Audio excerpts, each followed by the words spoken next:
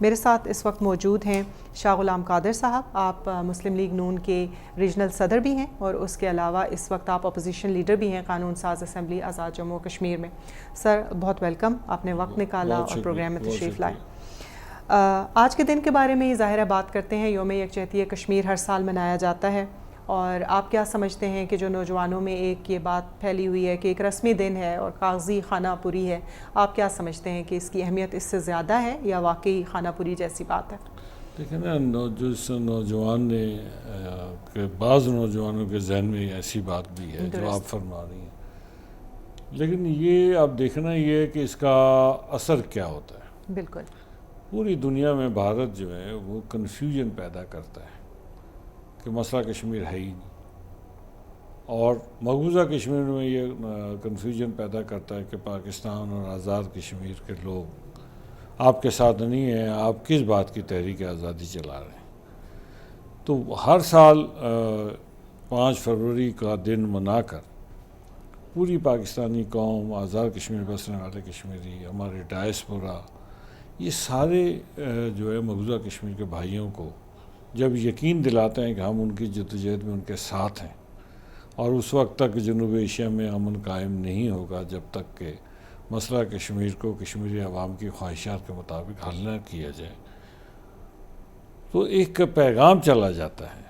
اور وہ جو ہندوستان کا سارا پروپیگنڈا ایک سال وہ لگے رہتے ہیں, اور 5 فروری کو آ کے وہ سارا پروپیگنڈا جو ہے اس کا ختم ہو جاتا ہے. تو مقبوضہ کشمیر میں ہمارے بہن بھائی بزرگ جوان, ان کے سب کے حوصلے جو ہے وہ بلند ہوتے ہیں, اور پاکستان کی حکومت, پاکستان کے ادارے, پاکستان کی مسلح افواج, عام افراد, پوری قوم تمام تر سیاسی اختلافات کو بالائے طاق رکھتے ہوئے ایک پیج پہ ہوتے ہیں. اور اس دن پورے ہر بلوچستان سے لے کے خیبر تک, خیبر سے لے کے کراچی تک, ہر جگہ یوم یکجہتی کشمیر منایا جاتا ہے. تو ایک پیغام چلا جاتا ہے کہ پاکستانی قوم کو بھی یونیفائنگ فیکٹر جو ہے, one of the unifying factor جو ہے وہ کشمیریوں کے ساتھ یکجہتی بھی ہے. تو اس کے 2 فائدے ہوتے ہیں کہ ایک تو یہ ہے کہ مقبوضہ کشمیر کے بہن بھائیوں کا ایک پیغام جاتا ہے کہ کوئی بھی حالات ہوں, جیسے بھی حالات ہوں, اچھے ہیں, برے ہیں, طاقت کے ہیں, کمزوری کے ہیں, پاکستان کی عوام, پاکستان کی قوم کسی صورت کشمیریوں کو بھلانے کے لیے تیار نہیں ہے, اور ان کے ساتھ کھڑی ہے. اور دوسرا یہ ہے کہ جو لوگ کہتے ہیں پاکستان میں کہ لوگوں میں تقسیم ہے, تو یہ دن ثابت کرتا ہے کہ نہیں, پاکستان کی قوم جب قومی ایشوز آتے ہیں, اور قومی ایشو ہے پاکستان کا کشمیر کے عوام کے ساتھ یکجہتی کا اظہار, تو یہ 2 پہلو اس کے بڑے معنی اخذ کیے جا سکتے ہیں. اور میں سمجھتا ہوں کہ یہی بات جو ہے وہ نوجوانوں کو بھی سمجھ آنا چاہیے. بالکل ٹھیک ہے, درست آپ نے کہا کہ یہ ایک یونیفائنگ فیکٹر ہے, اور آپ نے یہ بھی بالکل ٹھیک کہا کہ جو بھی کسی بھی سیاسی جماعت کی حکومت ہوتی ہے وہ سبقت لینے کی کوشش کرتی ہے 5 فروری کو زیادہ سے زیادہ بہتر انداز میں منانے کی اور یکجہتی کا اظہار کرنے کی, اور اس بات کی بالکل جو ڈپلومیٹک اہمیت ہے وہ بہت زیادہ ہے. دوسری طرف ہم یہ دیکھتے ہیں کہ آزاد کشمیر کے جو حکمران ہیں, ہمارے بہت سارے لوگ یہ اعتراضات کرتے ہیں کہ شاید جو مسئلہ کشمیر ہے وہ ہماری اس طرح ترجیح نہیں ہے جس طرح بیس کیمپ کی حکومتوں کی ترجیح ہونی چاہیے. آپ کس حد تک اس تنقید کو جسٹیفائڈ سمجھتے ہیں؟ دیکھیں نا, آزاد کشمیر حکومت کی جتنی لمیٹیشنز ہیں, آزاد کشمیر کا آئین جتنا ان کو اجازت دیتا ہے حکومت کو, میں سمجھتا ہوں آزاد کشمیر کے جو بھی حکومت ہو, آزاد کشمیر کے جو بھی کسی بھی پارٹی کے سیاستدان ہوں, وہ مسئلہ کشمیر کے حوالے سے اپنا رول اس دیے گئے اختیار سے زیادہ استعمال کرتے ہیں. اچھا, دیکھیں, اگر آپ برٹش راج کا وقت یاد کریں, ہسٹری بکس میں ہے, تو 4 سبجیکٹس تھے مہاراجہ کے جو دہلی میں تاج برطانیہ دیکھا کرتی تھی: فارن افیئرس, کرنسی, کمیونیکیشن اور ڈیفنس. پاکستان نے جب آزاد کشمیر کے اوپر بات آئی تو پاکستان نے وہی اسٹیٹس, اس لیے کہ حکومت پاکستان نے اقوام متحدہ میں لکھ کر دیا کہ ہم اسے مہاراجہ کے نعم البدل حکومت کے طور پر تسلیم کرتے ہیں. اور وہی 4 سبجیکٹس جو ہیں, وہ 4 سبجیکٹس جو ہیں وہ حکومت پاکستان کے پاس ہیں, باقی انٹرنلی آزاد کشمیر ایک آٹونومس ریجن ہے. اب تحریک آزادی کے لیے دو ہی طریقے ہیں، یا وہ فارن افیئرس کو استعمال کیا جائے یا ڈیفنس فورسز کو استعمال کیا جائے۔ تو ڈیفنس چونکہ حکومت پاکستان کے پاس ہے، تو پاکستان کے مسلح افواج آزاد کشمیر کے دفاع میں کوئی کسر نہیں اٹھا کے رکھتی، اور جو ہمارے فوجی کہیں آپ تاوبٹ میں چلے جائیں اور کہیں دور چلے جائیں، وہاں برف پوش پہاڑوں میں بیٹھ کے سردیوں میں جب ہمارا دفاع کرتے ہیں تبھی ہم سکون سے سوتے ہیں۔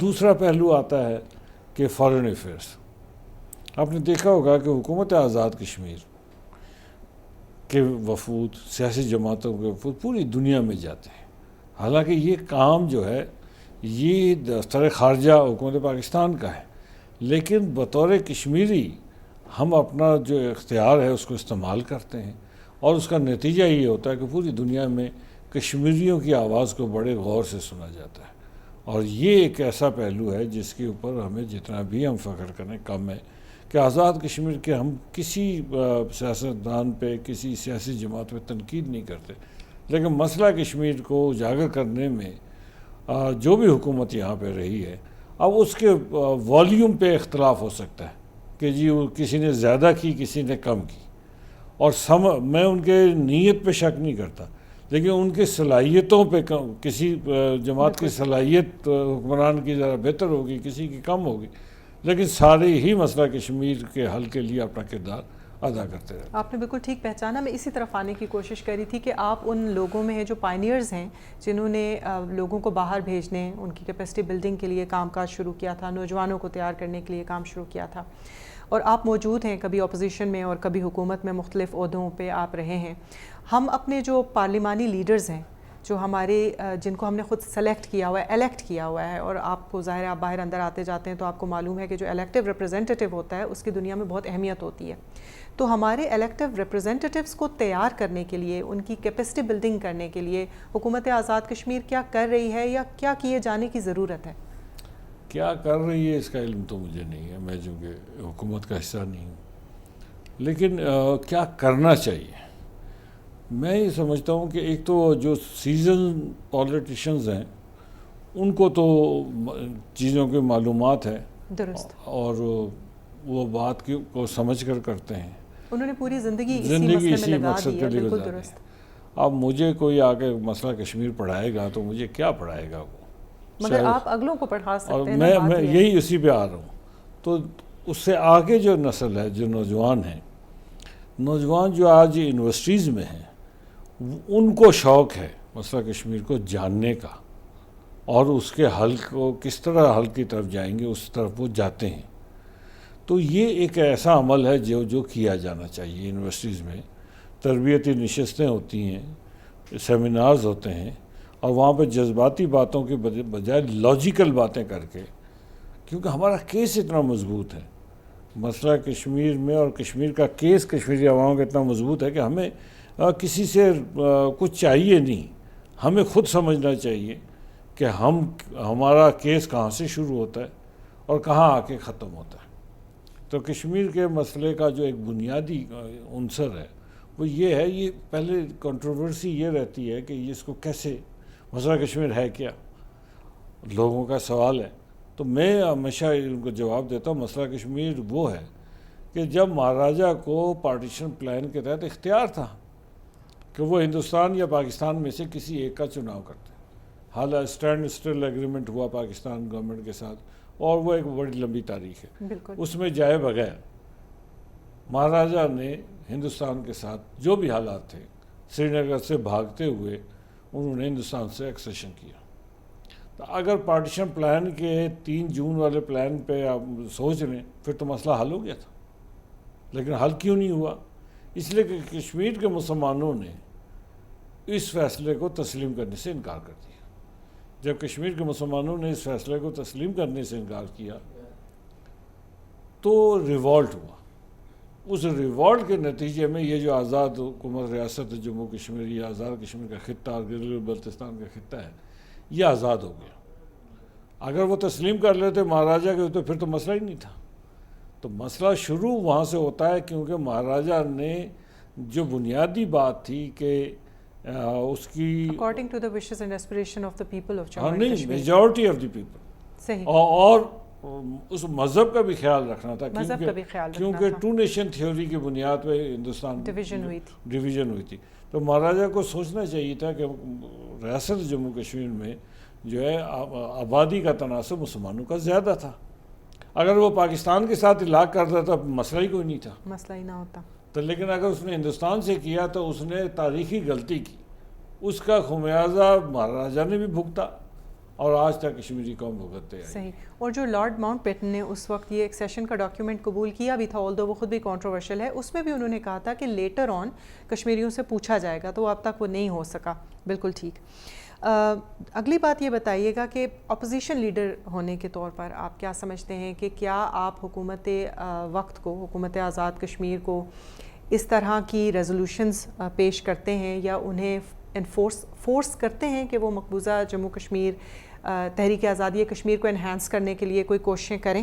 اپنا رول اپوزیشن پلے کر رہی ہے اس بارے میں؟ لیکن ہمارے چونکہ اب الیکشن کے بہت قریب ہیں, تو 2-2.5 مہینے کے بعد شیڈول آ جائے گا. صحیح. اور اس کے بعد الیکشن ہو جائیں گے, تو نئی حکومت انشاءاللہ جب بنے تو اس کے بعد اس کے اوپر ایک تھورو ڈسکشن کے بعد ایک پورا پلان سامنے آنا چاہیے. صحیح. تو ابھی تو چونکہ چل چلاؤ کا, اس حکومت کے چل چلاؤ کا وقت ہے, اس میں پھر بھی یہ جو نیشنل ڈیز ہیں ان میں حکومت کو چاہیے کہ اپنا کام جو ہے اور مسئلہ کشمیر کو اجاگر کرنے کے لیے جتنا ان کے بس میں ہے اتنا ان کو کرنا چاہیے. ٹھیک. تو اس کا مطلب یہ کہ ابھی آپ اپوزیشن میں ہیں اور آپ سمجھتے ہیں کہ اگر الیکشنز کے بعد آپ کی حکومت آ جاتی ہے, آپ کی پارٹی اقتدار میں آ جاتی ہے, تو آپ کے پاس ایک پلان آپ نے چارٹ آؤٹ کیا ہوا ہے جس پر آپ عمل کریں گے اور اس سلسلے میں آگے قدم بڑھائیں گے. دیکھیں نا, ایک تو یہ ہے کہ آپ کا موٹیو کیا ہے اور ٹارگٹ کیا ہے. ایگزیکٹلی یہی بات تھی یہ بنیادی طور پر یہ کلیئر ہونا چاہیے. اس میں اگر ایمبیگوٹی ہو تو پھر آپ ڈیریل ہو جاتے ہیں اپنی جدوجہد جو بھی آپ کرتے ہیں. ہمارا جو مسلم لیگ کا جو ٹارگٹ ہے وہ یہ ہے, اور ہماری جو آئیڈیالوجی ہے وہ ہے کہ کشمیر کا علاق اقوام متحدہ کی قراردادوں کے مطابق کشمیری عوام نے اپنے ووٹ کے ذریعے کرنا ہے, اور ہم اپنے لوگوں کو تیار کرتے ہیں کہ جب ووٹ کا وقت آئے گا آپ نے پاکستان کے حق میں اپنا ووٹ استعمال کرنا ہے. یہ ایک ٹارگٹ ہے ہمارا, اور یہی ہماری آئیڈیالوجی بھی ہے. اس میں کمپرومائز کیے بغیر ہم نے اس کو کیسے حاصل کرنا ہے, یہ حکومت وقت جو بھی حکومت ہوگی وہ اپنے طور پر اس کا راہ کا تعین کرے گی, اور اس کو ہم دیکھیں گے کہ اس کو ہم کس حد تک جا سکتے ہیں. زبانی جمع خرچ کے بجائے پریکٹیکل باتیں جو ہیں ہمیں کرنی پڑیں گی, اور انشاءاللہ تعالی مجھے امید ہے کہ بہتر with your exposure and your experience ہم یہی ایکسپیکٹ کرتے ہیں کہ آپ کے پاس ایک بہتر پلان ہوگا. بالکل ٹھیک. آخر میں مختصر پیغام دے دیجیے گا آج کے دن کی مناسبت سے ہمارے لوگوں کو, مقبوضہ جموں کشمیر کے عوام کو. ایک تو میں پاکستان کی پوری ریاست کا اور پاکستان کے عوام کا شکریہ ادا کرتا ہوں کہ انہوں نے آج ایک بار پھر ثابت کیا کہ وہ کشمیریوں کو نہیں بھولے اور کشمیریوں کے جدوجہد آزادی میں ان کے ساتھ ہیں. دوسرا, میں اپنے مقبوضہ کشمیر کے بھائیوں اور بہنوں کو کہنا چاہتا ہوں کہ آپ جن بھی حالات میں رہتے ہیں, اگر آپ کا آنسو بہتا ہے تو ہمارا بھی بہتا ہے. ہم بھی آپ کے ساتھ ہیں, ہر مشکل گھڑی میں آپ کے ساتھ ہیں, اور کبھی یہ گمان نہ کیجیے گا کہ آزاد کشمیر کے بسنے والے لوگ یا پاکستان کے لوگ آپ کو کبھی بھولیں گے اور آپ کے جدوجہد کو کبھی پیچھے چھوڑ کر آگے نکل جائیں گے. ایسا کبھی نہیں ہوگا.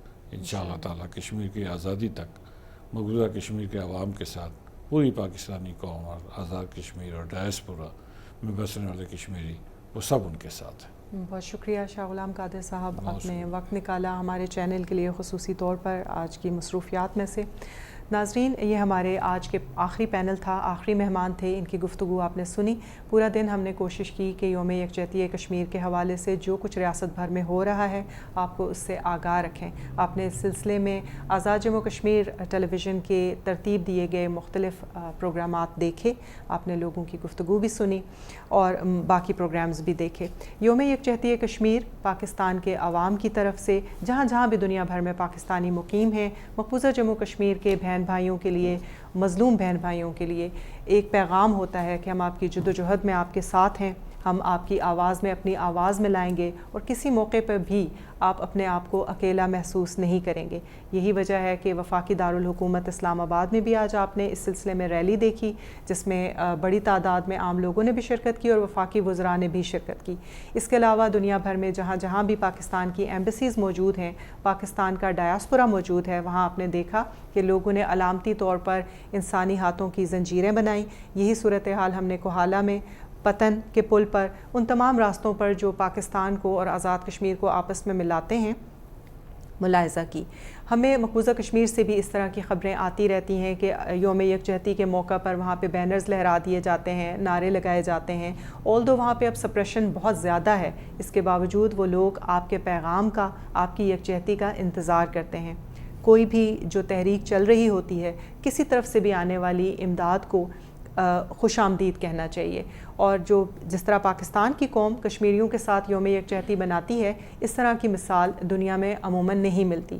مختلف ممالک کے ساتھ یکجہتی منائی جاتی ہے، لیکن جیسے فلسطین کے ساتھ 29 نومبر کو ایک یوم یکجہتی منایا جاتا ہے جو یونائٹڈ نیشنز کے انڈر منایا جاتا ہے، اس طرح جنوبی افریقہ میں ہم نے دیکھا تھا کہ یوم یکجہتی منایا جاتا تھا اپارتھائڈ کے خلاف، لیکن اس طرح ایک ملک کسی ریاست کے ساتھ کھڑے ہو کر یکجہتی بنا رہا ہو، اس کی جو نظیر ہے وہ پاکستان اور آزاد کشمیر کی ہی آپس میں ملتی ہے۔ اس کے ساتھ آج کے پروگرام سے اسٹوڈیوز سے، آزاد جموں کشمیر کے اسٹوڈیوز سے میں آپ کی میزبان نائلہ الطاف کیانی اجازت چاہوں گی۔ امید ہے آپ نے آج کے پروگرامات دیکھے ہوں گے اور ان کو پسند کیا ہوگا۔ اجازت دیجیے گا، اللہ حافظ۔